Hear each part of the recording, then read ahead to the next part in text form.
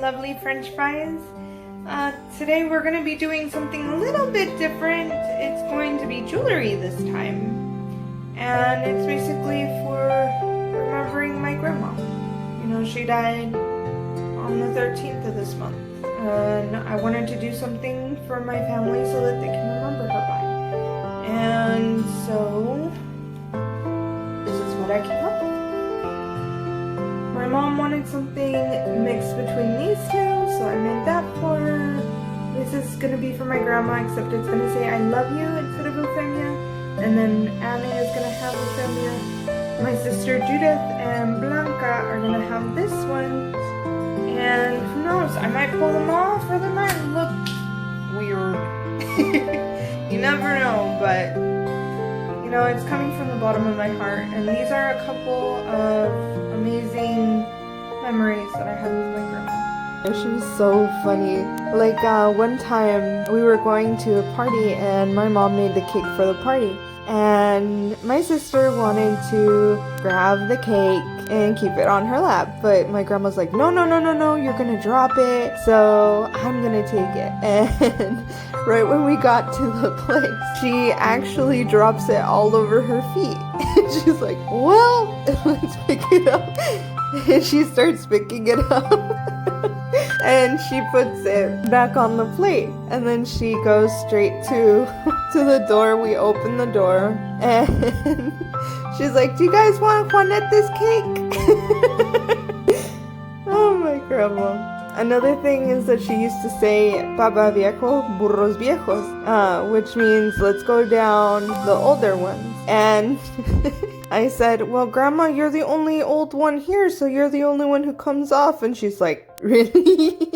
Oh, my grandma. I also love her smile and her funny sense of humor. Like, before she passed away, she woke up for a little bit and we asked her if she wanted water. She stayed quiet. And then we asked her if she wanted coffee and she's like, uh-huh. And then my uncle comes in and he goes, hey, Mama, do you want a beer? And she's like, uh-huh. And oh, it was just so funny. We enjoyed her so much. And I know she's resting now, but more than those memories, she's always going to be a part of our lives. And no matter what, we're not going to forget her. Alright guys, so this is all you're going to need. You're going to need pallets to work with. You're going to need pliers. I use these two to like wrap the wire or to hold things in place. This one's to cut. This is the wire for the necklace. This is jewelry wire for the bracelets. Looks like a slinky. And then these three are for the earrings. So this is the first piece, the ending piece, and then this one holds it onto your ear. These two are for the necklaces, beads, centerpiece, and that's it. Have fun! Alright, so the first thing I tried to do was make a hole into the centerpiece. It was just a little block of wood, and I wanted to make sure that I could put a bead into it. So I grabbed one of my little eyeball beads things that I got from the Dollar Tree, and I started putting Euphemia, which is my grandmother's name. But then I finally realized, wait, I'm doing grandmother's one. It's not gonna say that, it's gonna say love you, because she loved all of us, so let's do that. That's the way it looked like. So cute, but then me as a pain in the butt, I tried to put clay in it just so that it had a backing and that it could stay in there, and that didn't work. Then I start trying to see if I can put two pieces together. It looked too bulky, didn't like it.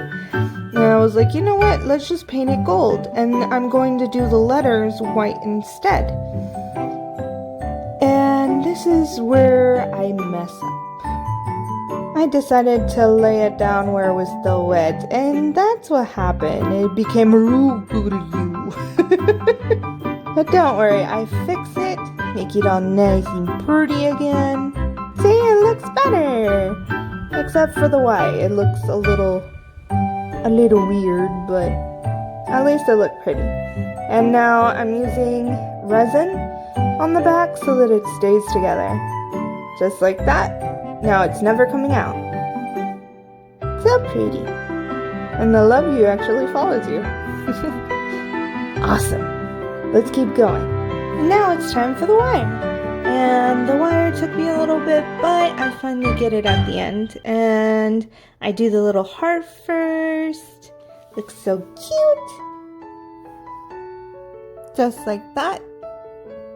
Two little loopies. We're gonna go on the side. And then I also use resin to make sure that they stay stuck on there, so they're never coming off. See? It looks cute. And now we're going to do the round part and the little loopy that goes on top. Just so it's all looking smashing. Look at that. It's so cute. I like it. And then the back, I cleaned it, and now I just need to shine it. But let's get on to the bracelet. And that wire was hard to cut, but we did it in the end, and this is how it looks once it's done.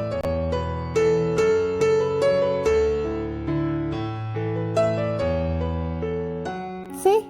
It's so pretty. And now it's time for the earrings. First I was gonna do them just straight like that, but then I noticed that the little flower would not hold, so I used a different loop. But this is how they look like. And that's the bracelet, so they match. On to the necklace. Now, I do not know why the necklace was so hard for me. I didn't want to put so many of those purple, the really big purple looking ones. But I did want to make it look more like the bracelet and more like the earrings. So I kept fiddling around with it till I finally found the one that I liked. And I also forgot that I had more of the purple. And so once I figured it out and looked to the right is when I finally see, oh, I have more of those. So let's put double of those so it looks pretty. And then I finally finish it. But no joke, it took about an hour and a half for me to figure it out. But I'm happy that I took my time and I fell in love with how it turned out at the end. And now this is the hard part, so I made it a little slower so you guys can see. All I did was do the loop, I put a bead, and then I'm gonna thread the second part through the bead and through the little golden piece. And then I used pliers to pull it. It was a little hard, and I don't know why it was hard, but at the end it starts pulling and getting all nice and taut. And then I was gonna use these, but the bead just kept moving everywhere. And so I used my normal ones to just press it, and I help it out with my fingers. And then I thread the rest of the string through a couple of the beads, as many as you can. And that purple one didn't let it go through, so I cut it there. And then I make sure to pull the necklace up, getting it all the way down so there's no gaps in between. And then again I put the little bead and that other bead through, and then the ending piece I put together and I just thread it through. The first half always gets stuck for some odd reason, so once I start pulling it down again is when it gets taut like that. and then just squish it and just fix the little bead, and then thread those through, a couple of them. The only reason why I do that is just in case if it breaks, you can always use that little bit of extra string for something else to kind of fix it if you need to. And there we go. It's all done. I love it. And it really reminds me of my grandma. Thank you, Grandma, for so many amazing things you've taught me. And this was one of them.